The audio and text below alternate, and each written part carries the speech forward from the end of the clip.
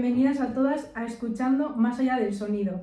Hoy estamos aquí, Paula, Elisa, Laura y yo, Lorea, y somos estudiantes de tercero de Pedagogía de la Universidad del País Vasco. Y hoy vamos a hablar sobre un tema bastante crucial que es la discapacidad auditiva. Y bueno, hablaremos un poco sobre este tema ya que afecta tanto a la comunicación como al desarrollo personal y a la integración social de muchas personas. Vale, para dar comienzo a todo esto, cabe destacar que el sonido es una parte fundamental para que se dé la comunicación. Pero, ¿qué sucede cuando el silencio forma parte de nuestra rutina diaria? Por ello, hoy hablaremos sobre qué es la discapacidad auditiva y sus clasificaciones, cómo influye en diferentes áreas del desarrollo y la importancia de la detección temprana. Por ello, nuestro objetivo es dar a conocer sobre esta discapacidad con el fin de fomentar la inclusión tanto dentro de las aulas como en la sociedad. Vale, bueno, para empezar un poco a hablar de este tema, Laura, a ti, por ejemplo, ¿qué se te viene a la cabeza cuando escuchas la palabra discapacidad auditiva? A mí se me viene a la mente lo más obvio, que sería pues la pérdida parcial o total de la audición. Sí, a mí también se me viene eso a la cabeza, pero bueno, cuando planteamos también la idea de hablar de este tema, pensé un poco más allá de cómo se comunican estas personas, cómo se sienten, porque no solamente es eso, no escuchar, ¿no? Es verdad que existen también recursos o métodos como el lenguaje de signos o leer los labios y bueno, al final nos pensamos que es siempre la comunicación verbal, es decir, pues hablar, y no todo se basa en eso, ¿no? O sea, sin irse más lejos, las personas oyentes también utilizamos el lenguaje no verbal, igual que cualquier otra. Sí, hay más maneras, además ahora con las herramientas que existen, como por ejemplo los implantes cocleares o algunos audífonos, pues hacen más fácil la comunicación de estas personas. Me enfada también que a menudo pensamos que la experiencia es igual para todos y para todas, y no es así, o sea, existen distintos niveles de gravedad y de dificultad y distintas necesidades. Sí, ahí es donde entra la palabra accesibilidad, ¿no? Y la falta que hay en muchos espacios de ella, porque no somos conscientes de que cada persona es un mundo y que tienen diferentes necesidades, como por ejemplo, pues que muchas veces no pueden escuchar, muchas veces no pueden ver, y no hay distintas opciones para las mismas cosas, imágenes, subtítulos, no sé. Es cierto que la inclusión sigue siendo un reto, pero bueno, yo creo que con el paso del tiempo cada vez hay más conciencia y cada vez están los recursos más adaptados para estas personas, ¿no? Y su integración. Sí, ojalá poco a poco, como dices, se vayan integrando, no haya tanta exclusión y bueno, se pongan remedios para que estas personas puedan ser parte de la sociedad y no estén excluidas. Sí. Vale, después de la conversación que han tenido Paula y Laura, que han comentado un poquito sus pensamientos y sobre el tema, vamos a hablar un poco sobre qué es realmente la discapacidad auditiva. Y bueno, se puede decir que la discapacidad auditiva ocurre cuando el oído o ambos oídos no funcionan correctamente. Es decir, esto puede ocurrir debido a una pérdida, a una alteración en su estructura o a la manera en la que se interpretan los sonidos. Y bueno, esto puede hacer que les resulte imposible o difícil escuchar tanto palabras como sonidos. Por lo tanto, esto afecta a su capacidad a la hora de aprender y también a la hora de comunicarse mediante el lenguaje oral. Vale, bueno, tras la definición que ha dicho Lorea sobre la discapacidad auditiva, se conoce la siguiente agrupación donde vamos a explicar las tres clasificaciones de audición y sus tipos. Primero está la clasificación audiológica, que esta clasificación se centra en la pérdida de audición expresada en decibelios. Se distingue la audición normal, donde no hay ningún tipo de dificultad, la hipoacusia leve o ligera, que tiene una pérdida de entre 20 y 40 decibelios, no oye las voces de un tono bajo, pero el desarrollo del lenguaje no se ve afectado. Luego, la hipoacusia media o moderada, que está la pérdida entre 40 y 70 decibelios, se presentan retrasos en el desarrollo del lenguaje y dificultades en la articulación. Luego, la hipoacusia severa, que es una pérdida de entre 70 y 90 decibelios, se presenta un vocabulario muy pobre y hay que elevar el tono de voz para que pueda percibir lo que le estamos diciendo. Luego la hipoacusia profunda o sordera, que es una pérdida de más de 90 decibelios, aquí se puede carecer de la habilidad de hablar si no se trabaja. Y por último, la acofosis o anacusia, que es una ausencia total de escucha. Vale, luego estaría también la clasificación otológica, que esta es que, bueno, se divide en 3 secciones en función de dónde está la lesión que hace que estas personas pues tengan un problema con la audición. Por un lado está la hipoacusia de conducción, que también se llama de transmisión, y esto es cuando hay una lesión en el oído externo o medio que impide que llegue correctamente el sonido al oído interno. Es como si el sonido estuviese bloqueado y no pudiese llegar realmente a entenderse, ¿no? Como si no pudiese viajar bien. Esto se puede dar por algunas infecciones en el oído, como puede ser por ejemplo la otitis, pero también puede ser porque tenga el tímpano perforado o dañado. Luego el segundo tipo dentro de esta clasificación está la sordera neurosensorial o perceptiva, que esta es cuando las células encargadas de captar los sonidos en el oído interno, que esta se llama el órgano de Corti, pues está dañado, por lo que el cerebro no recibe bien la información, no le llega bien por esta lesión, eso es. Luego también está la sordera central, que esta no está causada por el oído, sino que por el sistema nervioso central. Es decir, el oído sí que capta el sonido, pero una vez llegado al cerebro, este no puede reconocerlo o interpretarlo, por ello no esto. Y bueno, he comentado que había 3, pero también hay una que sería una cuarta, que se llama la sordera mixta, que es que esta alteración afecta tanto a la transmisión como a la percepción del sonido. Luego también tenemos la clasificación según el momento de la aparición de la sordera y se divide en 2 tipos, la hipoacusia prelocutiva y la postlocutiva, que bueno, si nos fijamos un poco en la composición de la palabra podemos atinar un poco ya su significado. Entonces la hipocausia prelocutiva sería cuando el niño o la niña es recién nacido y antes de la adquisición del lenguaje. Y por el contrario, la poslocutiva sería después de la adquisición del lenguaje.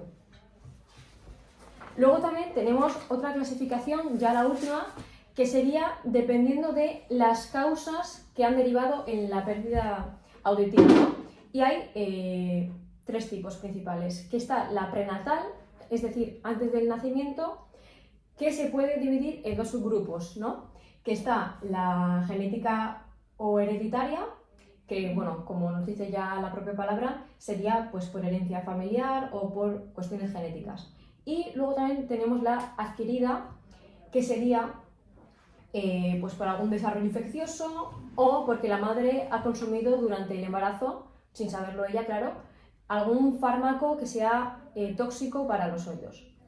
Luego tenemos las causas neonatales o perinatales, que, bueno, se puede ver a varios factores, pero aún no está evidenciado. Y por último tenemos las causas postnatales, que se pueden dar a lo largo de cualquier momento de la vida y son consecuencia de algunas enfermedades como por ejemplo la varicela o el sarampión. Y luego por último, en cuanto a la prevalencia, pues depende de qué hablemos, ¿no? O sea, si es una sordera grave presente desde la infancia, con hipoacusia grave o con sordera total, estamos hablando del 0,1% de prevalencia, y luego si hablamos de cosas más leves, entre el 0,2 y 0,3% de prevalencia en la población infantil. Bueno, a continuación vamos a hablar un poco sobre cómo afecta esta discapacidad a las personas que la tienen, vaya. Entonces, lo vamos a dividir en 2 secciones. Las repercusiones físicas, que vamos a tratar temas pues, como la coordinación, el equilibrio y demás, y luego las repercusiones emocionales y personales, que va a tratar temas pues, como la autoestima y cosas más sociales. Entonces, para empezar con las repercusiones físicas, pues bueno, tenemos que decir que las personas con esta discapacidad auditiva pueden experimentar dificultades tanto físicas como psicomotoras, que les suele afectar bastante en el equilibrio y la coordinación. Esto se debe a que el sistema vestibular, que se encuentra en el oído interno, es crucial pues, para la orientación espacial y para el equilibrio. Y si este sistema se ve afectado, nos puede afectar en tareas que requieran una estabilidad postural, ¿no? Como por ejemplo subir escaleras o caminar en línea recta. Además, aparte de todo eso que has dicho, también afecta al movimiento a la coordinación de movimientos del cuerpo. Es decir, afecta especialmente a los movimientos de las manos y de los dedos, y eso pues dificulta al final hacer tareas como el escribir, el dibujar, el coger objetos con la mano simplemente. O sea que eso afecta a lo que viene siendo toda la motricidad fina, ¿no? Sí, eso es. Además de eso, también la audición influye en el desarrollo de la propiocepción, que esto es cómo percibimos nuestro cuerpo en el espacio en cuanto al movimiento y el movimiento que estamos realizando en ese momento. Para ello, bueno, la intervención temprana suele ser bastante efectiva, porque si haces, por ejemplo, terapias psicomotrices o si en el cole te adaptan el aula para, pues, a esta dificultad, puede favorecer el desarrollo óptimo del niño y la niña, además de minimizar en un futuro estas dificultades que puedes llegar a tener pues, en la vida adulta, ¿no? Vale, bueno, así os voy a lanzar una pregunta para que reflexionéis un poco. Y bueno, ¿por qué creéis que es importante detectar estos retrasos a tiempo? Sí, bueno, nosotras también hemos pensado un poco sobre ello, ¿no? Sí. Bueno, y por ello se cree que detectar los retrasos en la coordinación, el equilibrio y la motricidad fina en personas con discapacidad auditiva es crucial para prevenir dificultades que puedan afectar a su desarrollo integral. Detectarlo pronto permite aplicar terapias y hacer ajustes en la escuela y en casa para facilitar su aprendizaje y bienestar. Si el diagnóstico, por ejemplo, se retrasa, pueden surgir dificultades en los estudios, vida social y emociones que será más difícil de cambiar con el tiempo. Claro, además yo creo que si empiezas desde pequeño también aprendes a vivir con ello, ¿no? Sí, te adaptas antes. Si no, luego con 20 años no te cuesta más acostumbrarte a eso. Sí, empieza a ser algo parte de tu Eso vida. es. Bueno, después de esta reflexión nos metemos ya en la segunda parte de este tema, que sería la repercusión emocional y personal. Y bueno, pues qué decir, ¿no? Al ser la comunicación una parte esencial de la interacción humana, pues que las personas tengan dificultades para comunicarse puede, digamos, derivar en frustración y sentimientos de incomprensión, ¿no? Lo que a menudo deriva también en ansiedad e incluso aislamiento social, ya que, pues bueno, al tener estas barreras para comunicarse y darse a entender, esto puede generar pues, que esa persona se sienta excluida o ignorada. Claro, y este impacto se hace más evidente en las etapas de la infancia y de la adolescencia, ya que en esas dos etapas tienen que interactuar más con las personas y, claro, al final necesitan interactuar tanto para formar su identidad y también para sentirse parte de un grupo. Claro. Por ejemplo, si un niño o una niña se siente excluido porque siente que no le entienden o no entiende a los demás a la hora de comunicarse, pues obviamente se va a sentir solo. Y si no se toman medidas ante eso, pues lo que vamos a conseguir es que se aísle, que evite situaciones sociales y pues esto no es de agrado al final para esas personas. Sí, bueno, y además, ¿quién no se ha sentido inseguro en su adolescencia o tenemos siempre más problemas? Porque, bueno, otro de los temas más importantes también que vienen relacionados y que muchas veces igual no pensamos en ellos es el hecho de las inseguridades, porque estas personas, como, bueno, hemos comentado en lo que vamos de entrevista, hay dispositivos también, como pueden ser pues eso, los audífonos o algunos implantes que se utilizan para la mejora, pues que al final son visibles para el resto de personas. Entonces, también hay mucha falta de conocimiento, yo creo, en la sociedad y sobre todo pues, en los niños y en las niñas, en los colegios, etcétera. Entonces, pues ese miedo a que te vean con algo que otras personas no llevan, ¿no? También te puede generar esa inseguridad porque dices, jolín, no quiero que me vean, lo voy a intentar tapar o incluso no emplearlos, que eso es algo que luego va a repercutir también a su mejora y a llevar una vida normal. Sí, bueno, como estáis diciendo, chicas, ¿cómo creéis que podemos apoyar emocionalmente a alguien con pérdida auditiva? Bueno, pues se cree que también la aceptación de la propia identidad y la construcción de una autoimagen positiva requiere apoyo emocional social constantemente. Por ello es fundamental que el entorno familiar, escolar y comunitario refuerce la confianza del niño o la niña con discapacidad auditiva, pues promoviendo su inclusión en actividades grupales o fomentando la comunicación en la modalidad que le resulte más cómoda. Y por ello enseñar a gestionar las emociones y crear conciencia en quienes rodean a las personas con discapacidad auditiva es esencial para eliminar prejuicios y asegurar que puedan crecer con confianza y bienestar. Bueno, ahora vamos a hablar sobre la repercusión social y vamos a tratar temas como pues, las dificultades para comunicarse, el riesgo del bullying y la exclusión. O sea, vamos a hablar más sobre lo externo, ¿no? No vamos a centrarnos tanto en lo interior de la persona, sino en el contexto. Sí. Vale. Entonces, pues bueno, para dar comienzo a este tema hay que reconocer, y esto es un hecho, que las personas con esta discapacidad se enfrentan a numerosas barreras sociales, sobre todo en la participación de distintas dimensiones o ámbitos de la vida cotidiana, ¿no? Y estas dificultades se hacen más presentes, sobre todo pues, en la educación, en el empleo, en la comunicación, en las interacciones interpersonales y en la vida cultural, ¿no? Y al final, pues esas dificultades, por desgracia, limitan las oportunidades de estas personas y en muchos casos pueden llegar a generar incluso situaciones de exclusión o de discriminación. Bueno, como dices, una de las cosas más importantes es la dificultad que tienen en la comunicación, sobre todo porque vivimos en una sociedad mayoritariamente oyente, por lo tanto estas personas pues, pueden tener dificultades para comunicarse con el resto, especialmente pues, cuando están en entornos con mucha gente, cuando están en grupos muy grandes. Además, bueno, no todo el mundo sabe, por ejemplo, lenguaje de signos, que es una manera de comunicarse bastante efectiva. Y bueno, también en los espacios públicos muchas veces nos faltan subtítulos, en las escuelas podría haber apoyos más visuales para que estas personas puedan entender si se les habla sobre algo en algunas reuniones. Esto puede hacer que las personas sientan bastante ansiedad por el hecho de no querer estar en sitios públicos en los que vayan a hablar con ellas y bueno, pues también puede llevar un poco a esa exclusión de la sociedad, por mucho que sea de una manera un poco indirecta, ¿no? Sí.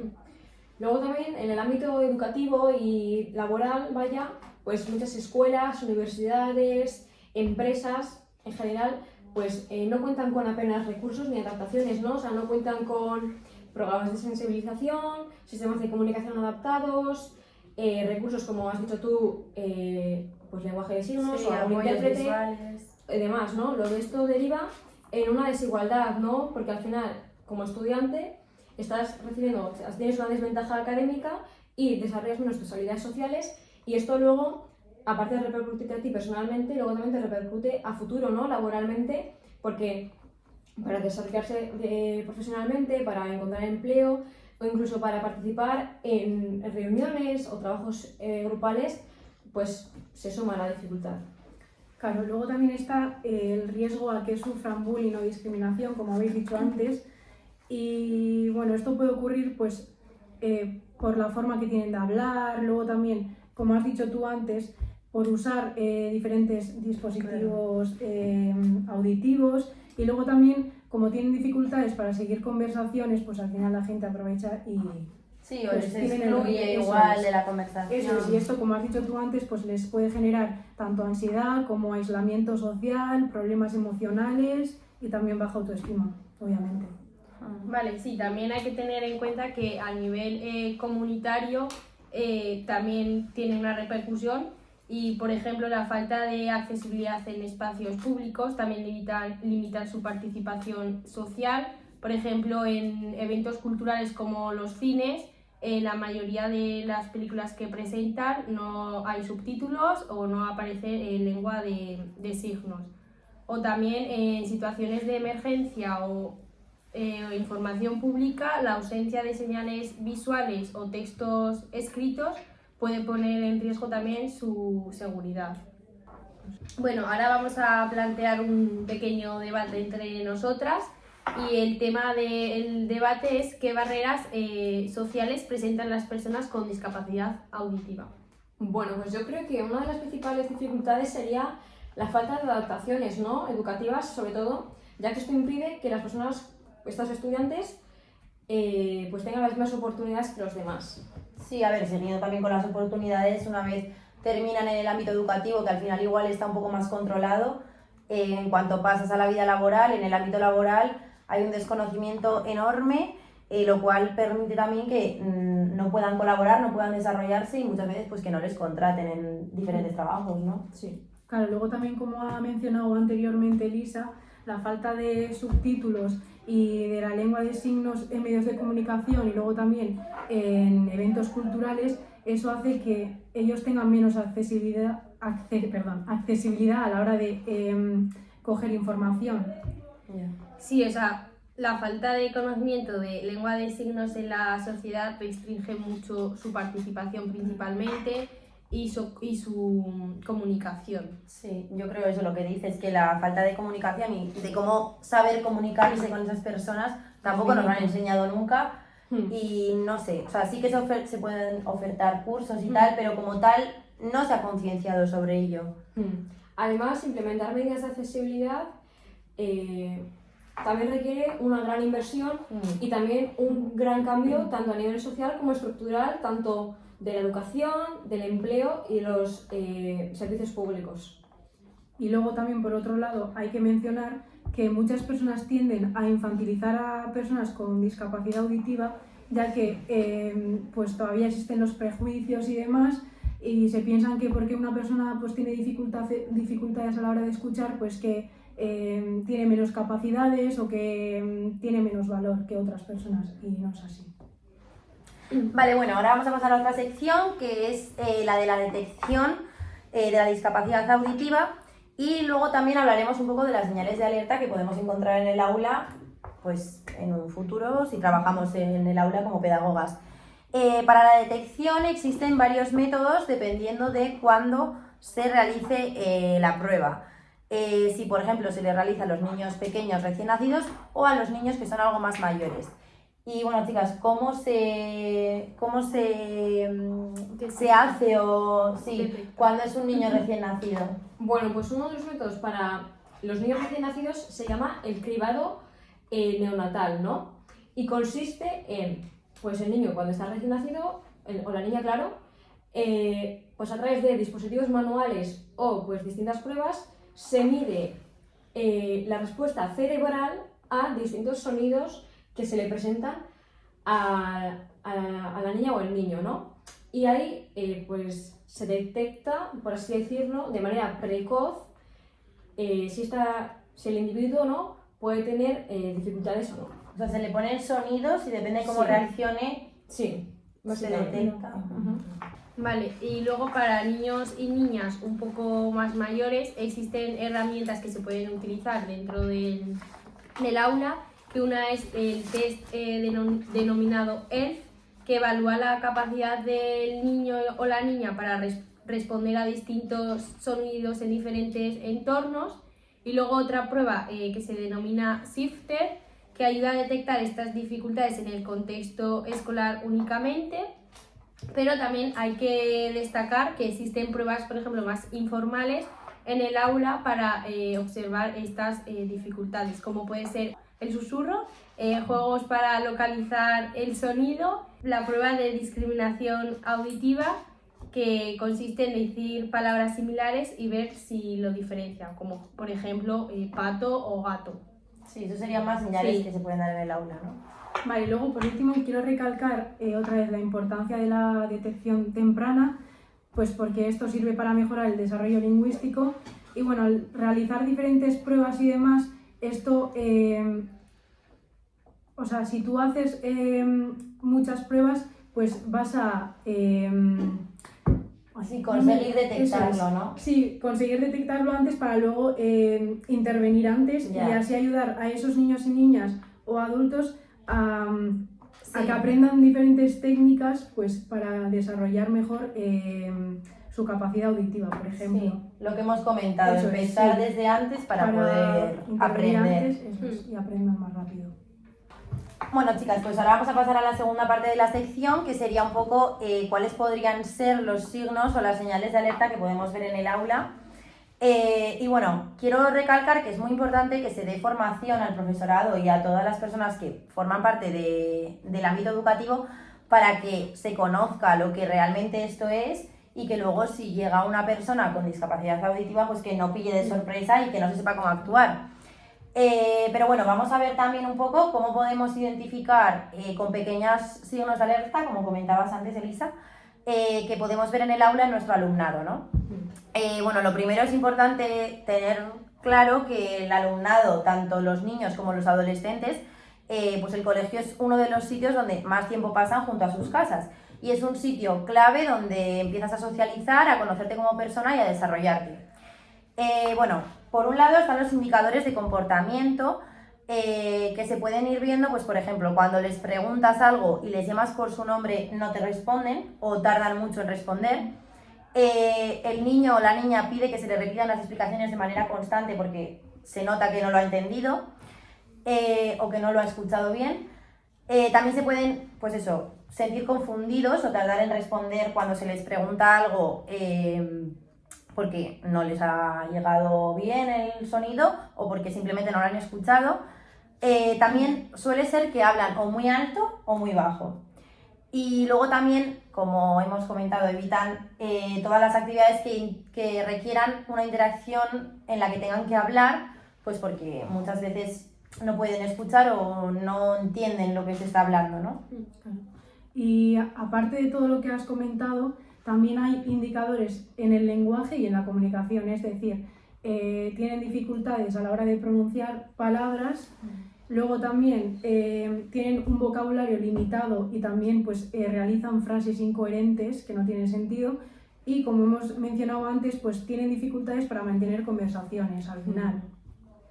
Y luego también otros indicadores que son pues, pertinentes al desempeño académico y al aprendizaje son también muy importantes a tener en cuenta y son tales como por ejemplo las dificultades para seguir órdenes concretas, falta de participación en actividades orales y sobre todo una mayor dependencia de recursos o materiales visuales o escritos pues, para comprender lo que se está haciendo, ¿no?